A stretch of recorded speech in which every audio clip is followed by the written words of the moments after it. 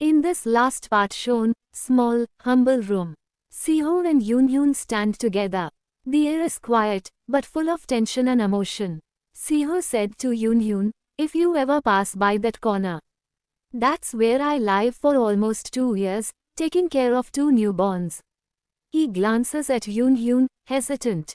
Sehho said, "Yoonhyun, are you mad? Are you crying?" Yoonhyun said, frustrated and emotional, "I'm really angry, Sehho. To be honest, I didn't want you to live happily without me. But I didn't want you to suffer like this either. I don't understand why you are living in a place like this. You have a house. You have money." Then Sehho said, "When I first came here, I had nothing. No money, no help." Then after a pause he said, "Hey, I'm sorry. Please don't cry." He pulls out a photo album and opens it. Sehho said, "Do you want to see the kids' album? Here are some pictures I took." He flips through the pages. Children are turned away in most of them. Sehho said, "Actually, this isn't the first time. At first, I was shocked that I couldn't even get a proper photo." Then he said, "I will show you a video later. It's a shame." Even now, he trails off, then shifts the mood with a softer tone. Sehho said, "This was just the beginning." Yoonho first stood. Yoonhyun said, softly smiling, "So cute, he really looks like a little fairy." Sehho said, "Look at his cheeks. Don't they look like steamed buns?" Yoonhyun said, "I'm gonna have to touch them later." Sehho said, chuckling, "They still feel the same. This photo, this was the first time I bathed him. They were so calm, didn't cry at all." Sehho said, "Honestly, I regret some things. I had to learn everything from scratch. Even how to bath a baby. I practiced a lot." Sehho said, looking at Yoonhyun, "Did you do that too?" Yoonhyun said, "I wonder if I will be able to someday." "You really did a lot, Sehho. I'm realizing that now." Yoonhyun said, "They are still just kids, but I want to do things with them. I want to bath with them, cook together, fall asleep next to them." Sehho said, quietly, "I'm sorry. To you, and to the kids." Then he continued, "Yoonhyun, you will be a better father than me." Yoonhyun said, shaking his head, "Don't say that. You are a good dad, Sehho." Sehho said, "Thank you. Actually, putting them to sleep was never easy for me. Every night, Grandpa would knock on my door, just like now." Knock is heard outside the room. Grandpa from outside said, "Are you coming out?" Yoonhyun said, smiling faintly, "Sounds like Grandpa's here." Grandpa said, "It takes you so much time to open the door." Sehho or Yoonhyun together said, "Grandpa." Then Grandpa said, "You both, follow me." Sehho asked, "Where are we going, Grandpa?" Grandpa replied, "To my house." He led Sehho and Yoonhyun to his home. Once they arrived, he motioned for them to sit on the couch. Grandpa said, "Have a seat." Then he muttered to himself, "Now, let's see. Where is that key?" He sighed, "This is really annoying." Then Sehho looked around and said, "It's my first time visiting Grandpa's house." Grandpa finally found the key and said, "Here it is." Just then, Grandpa approached and handed clothes to Yoonhyun, saying, "Here are your clothes. Follow me." Yoonhyun took the clothes and said politely, "Thank you." As Yoonhyun looked around the room, then glanced at Sehho, he said thoughtfully, "This place," Grandpa explained, "this is the room my son used after his marriage. My nephew is staying here too." Then he addressed both of them, "Now, listen carefully.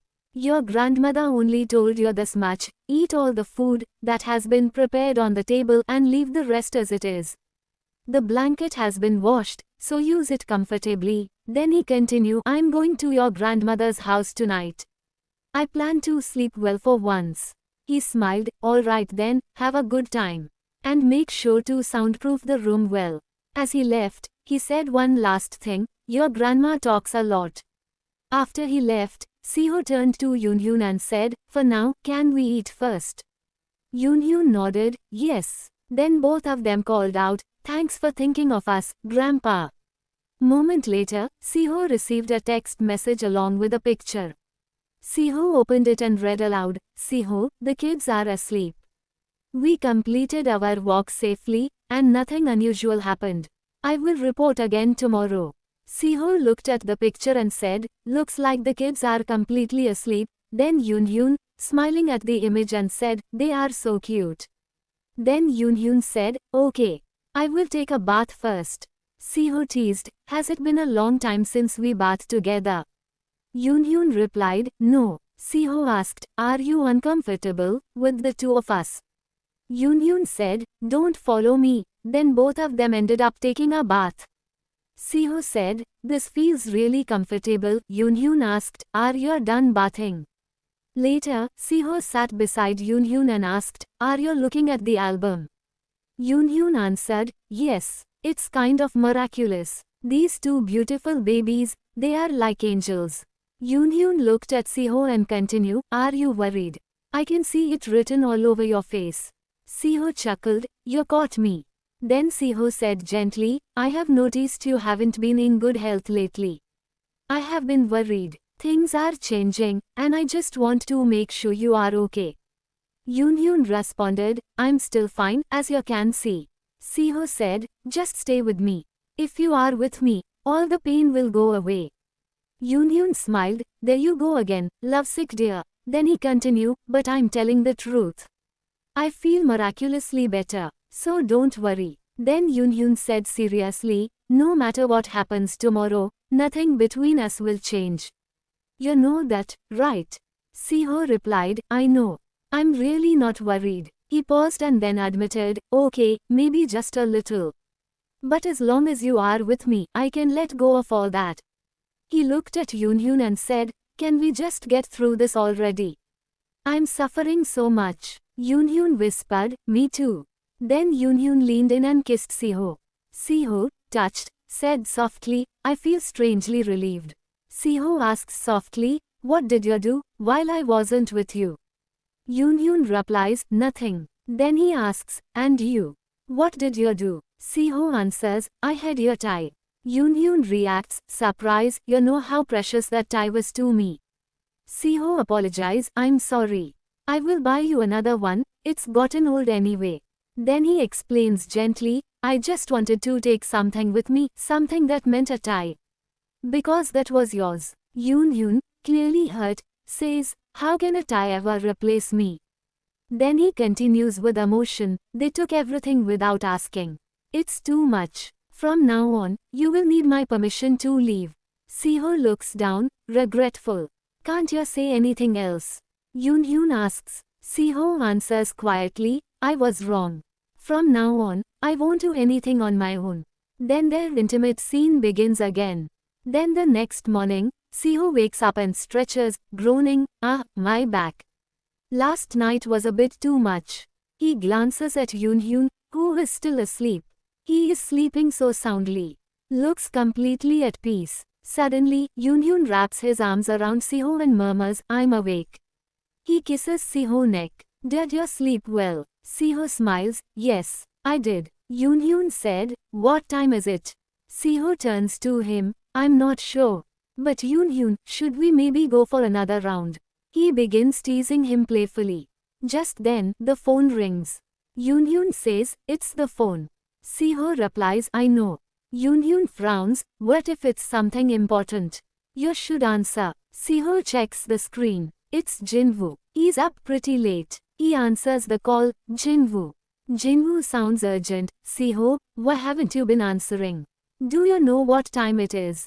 Have you seen the DNA test results? They are out. Go check now. Sehul and Yoonhyun look at each other. Sehul says nervously, wait. I need to mentally prepare. I'm holding my breath. Yoonhyun said, should we check it?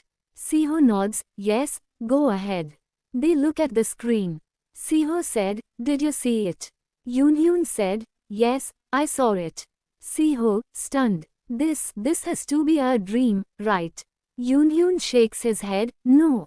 It's real. Sehul jump up, then let's go see the kids. Right now. Then he glances at Yoonhyun and says, but first, go take a quick shower. Then we see Hahyun on the other side, watching Ji Chun Young's YouTube live video, titled, My Hidden Feelings, Shocking Announcement. Next to him, Jinwoo's phone starts ringing. but he doesn't notice it. In the video, Ji Chun Young says, "If I had known sooner, I would have asked him to investigate earlier. Why did you go all the way to that island? Why did you cause such a commotion?" Someone off screen interrupts, "Wait, Ji Chun Young." Ha-hyun, clearly confused, mutters, "What is this nonsense?" Then we cut to the grandmother's house, where the children are waiting outside for his father. As soon as the day arrives, Siho hugged grandma excitedly and said, "These are our children." Then the grandmother, surprised, says, "Oh my, what's going on? You are running around in such a hurry." Then she said, "All right, give me the clothes and the album.